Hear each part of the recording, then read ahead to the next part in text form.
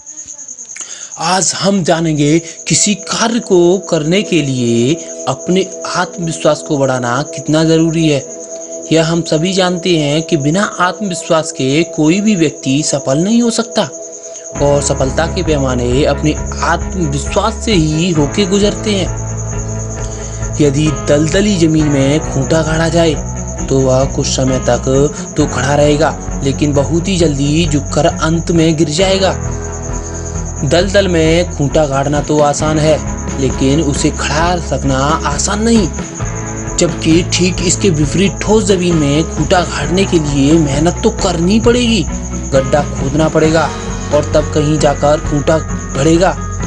लेकिन यदि आप एक बार गड़ जाएगा तो वह सैकड़ों सालों तक उसी तरह खड़ा रहेगा जैसा कि आपने खड़ा किया था।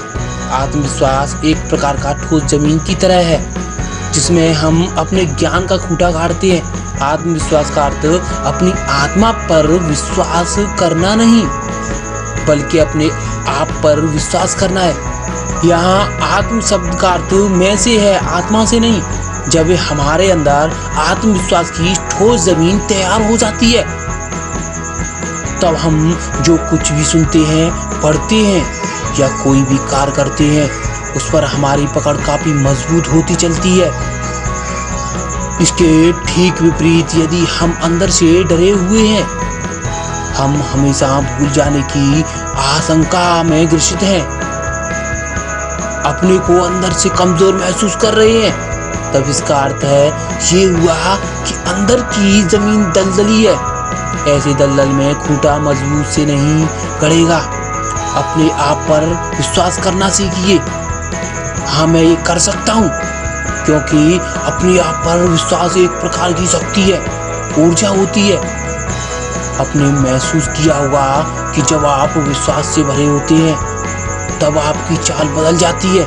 आपके पैर अधिक मजबूती से उठते हैं और अधिक मजबूती से जमीन पर पड़ते हैं। ठीक इसी तरह जब आप में आत्मविश्वास होता है, तब आपका मस्तिष्क भी पूरी तरह सतर्क और जागरूक हो जाता है।